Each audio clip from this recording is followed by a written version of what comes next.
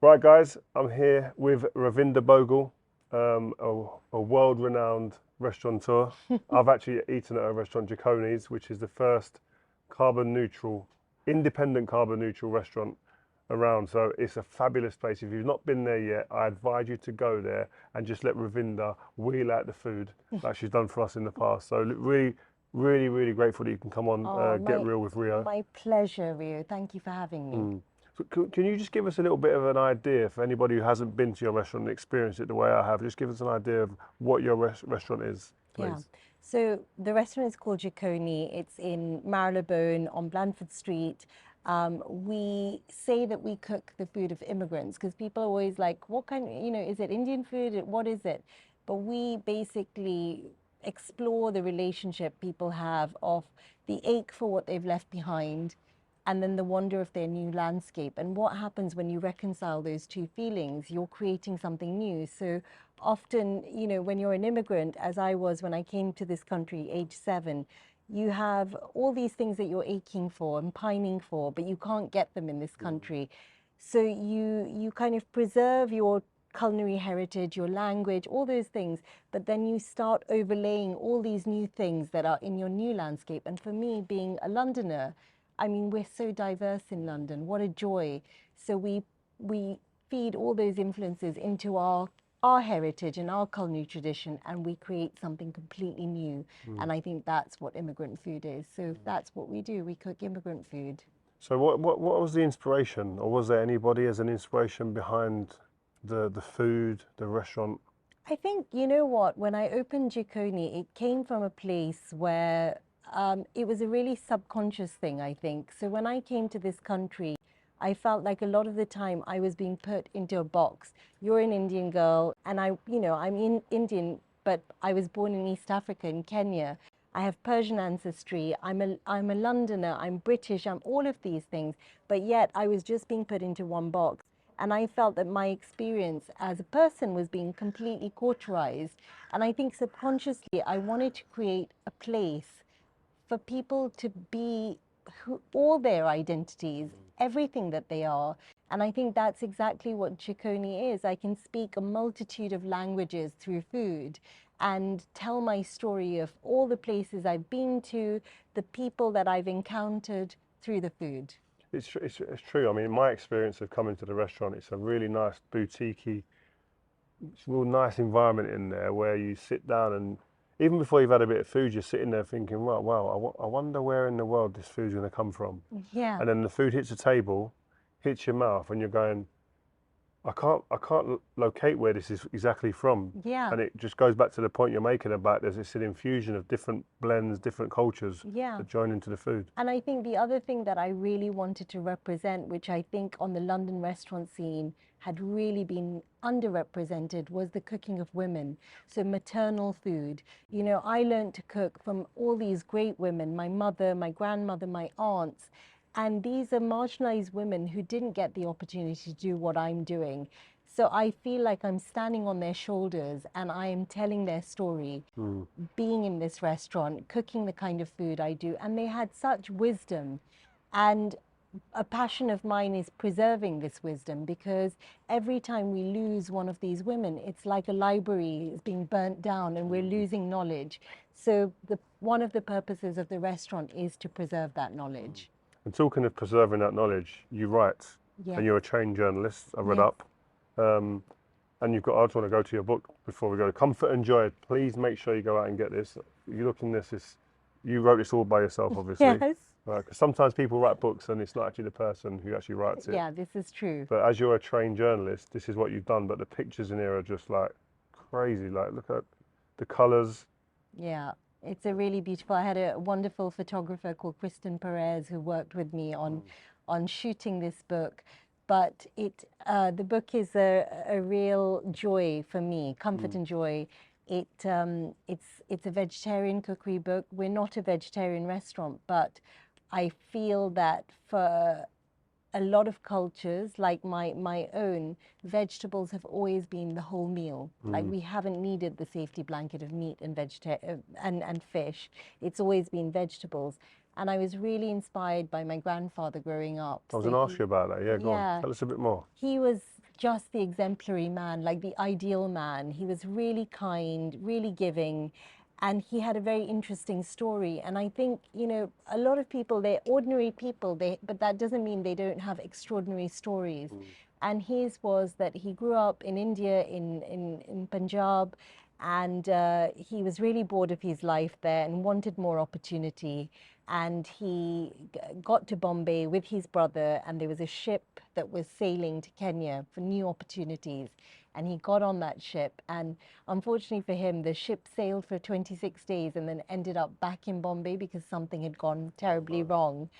And his brother was like, I mean, you know, we're talking starvation, bodies being thrown over, you know, it was just really grim. And his brother was like, I'm never going to do that trip again. And yet a month later, he set sail again, and he landed up in this beautiful country where it was still a British colony then. So there was a lot of kind of alienation, you know, language barriers, solitude, all those things that he would have experienced, lack of money and funds. And he'd already come from a place that, you know, he'd seen scarcity. And then suddenly he's in this country and he just fell deeply in love with the soil because the soil is so benevolent, it's so giving and generous. And he was an incredibly spiritual man. So he bought this plot of land, and I don't think he ever got over the gratitude of the soil that just gave to back him. to him. And he used to say, and this has really touched my life. He used to say, you know, vegetables are like miracles, because something as simple as an onion has withstood pests, blight, bad weather, and yet it comes to our kitchen, to our table. We can cook with it. We can share what we cook, and you know, enjoy that experience of eating together, being a community, being a family, whatever it is. And that is a miracle. It's simple, but like, to see the world like that is really rare and just beautiful. No, it is, and I think it takes you back to our point to do with your restaurant, which I mentioned, being carbon neutral as an Yeah. independent. How important is that to you, and how do you really implement that within a restaurant? So it was really important for us because, you know, I come from Kenya and I have seen rural communities, people who have the lowest carbon footprint in the world, and yet they're the ones, thanks to climate change, picking up the check for our really greedy consumption. So it was really important for us to look and think what we can do.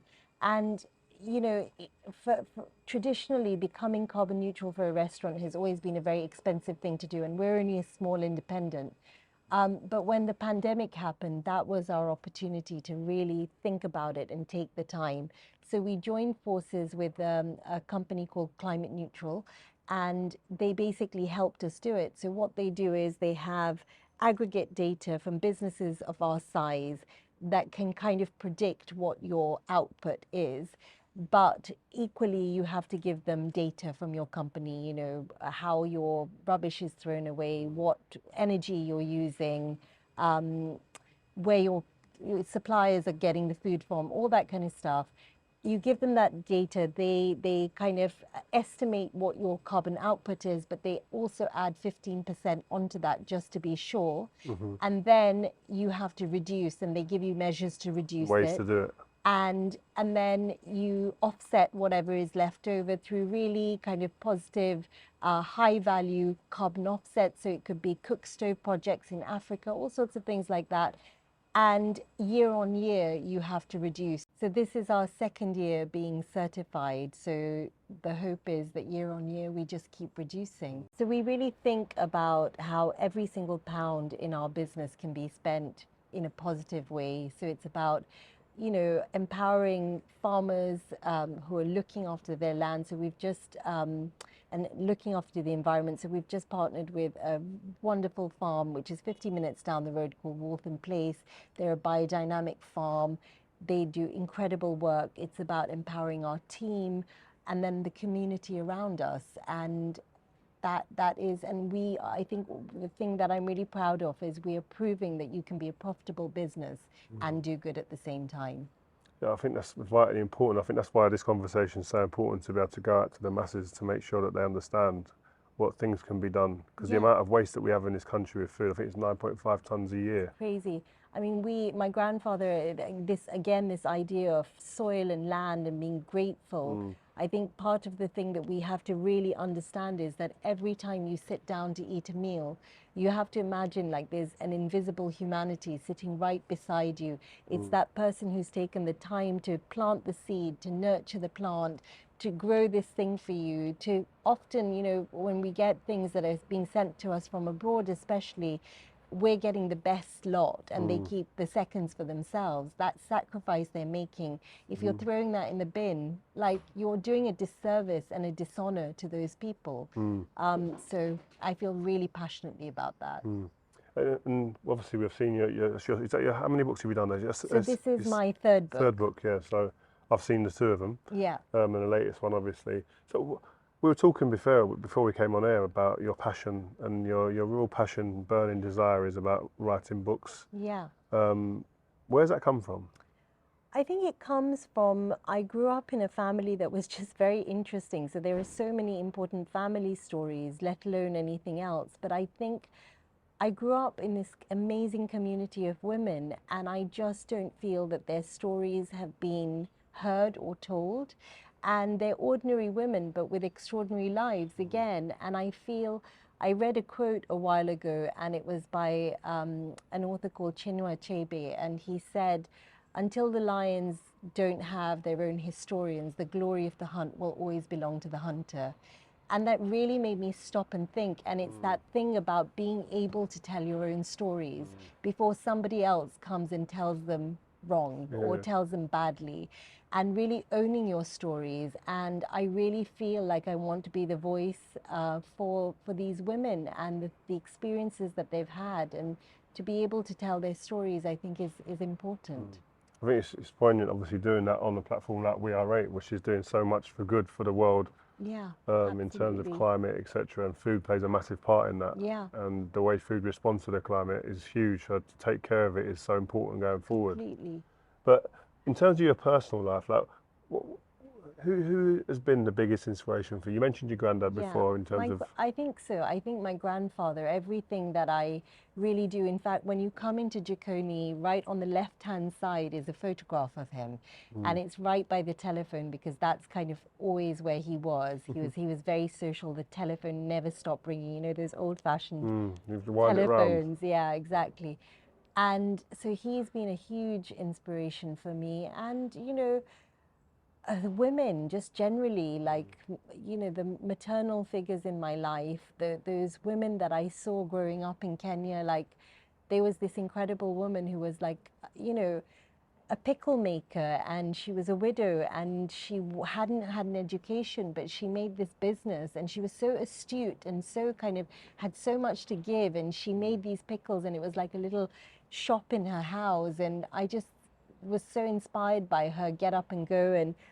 And also when I was growing up in Kenya, we had, I'd never eaten a supermarket vegetable. Everything was either grown on my grandfather's land, or we bought from the mama bogas. And these were these incredible women who had small holdings in the villages, and they used to come in to Nairobi, the capital, to the suburbs, and they'd have baskets and they would peddle their wares from door to door.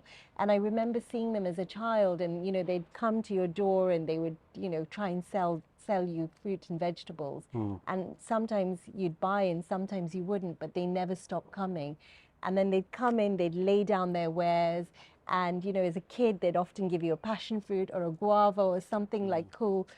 And I think they were the first female entrepreneurs I ever saw in my life, because in my family, the women didn't work. And so to see these women... So they stayed in the house? They stayed in the house. Wow. And to see these women who were changing the lives of their next generation by providing enough income to send their daughters to school, change their lives, change their whole economy, was just really inspiring to me. That's great. I love listening to them stories that take you back. Yeah, really. When you look at that, you're writing books, you do columns, you're a huge voice in the world of food. How do you find balance? Because I struggle with getting the right balance with family and work and stuff like that. So I'm interested to know how you do that. I think I'm still struggling with that, finding balance. It's that, but it's really, really important. And I think I am getting more balance in my life. I have such a wonderful team at Jikoni who, you know, have almost made us redundant because they are so good at their It's a good jobs. place to be, that, isn't it? Yeah, they're incredible. They're passionate, but that's the whole thing with us.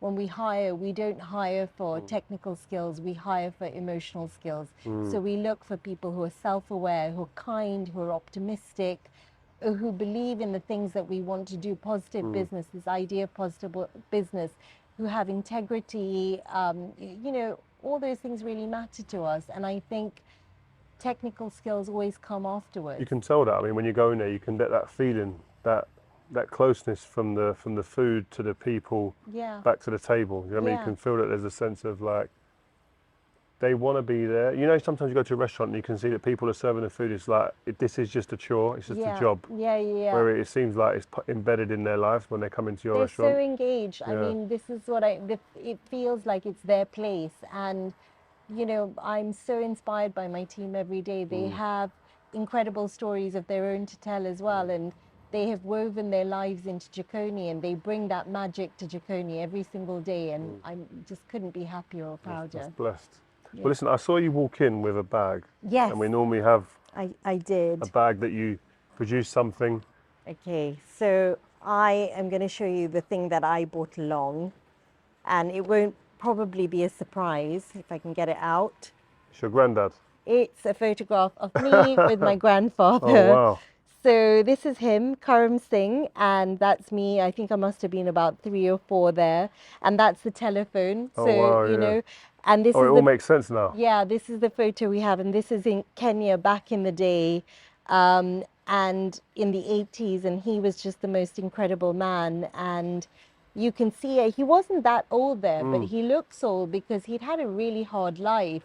But he just never stopped being kind. He lived his life by these really spiritual values, which was to earn an honest living, share what you earn, and to sort of meditate and give thanks and be grateful. And those were the 3 things he lived by. And I just think he had an extraordinary life. And you know, he's been gone now for over 30 years and we still talk about him every day. And I think that's a life well lived. I love that. It's a lovely way to finish, man. Ravinder, thank you very much. My pleasure, And good luck Rio. with the books. Thank you. Good luck with the restaurant. Good Thank luck with the you. writing. What more? Thank you. There's so much going on. But listen, thank you very much. And that is My pleasure. Get Real with Rio. Thank you.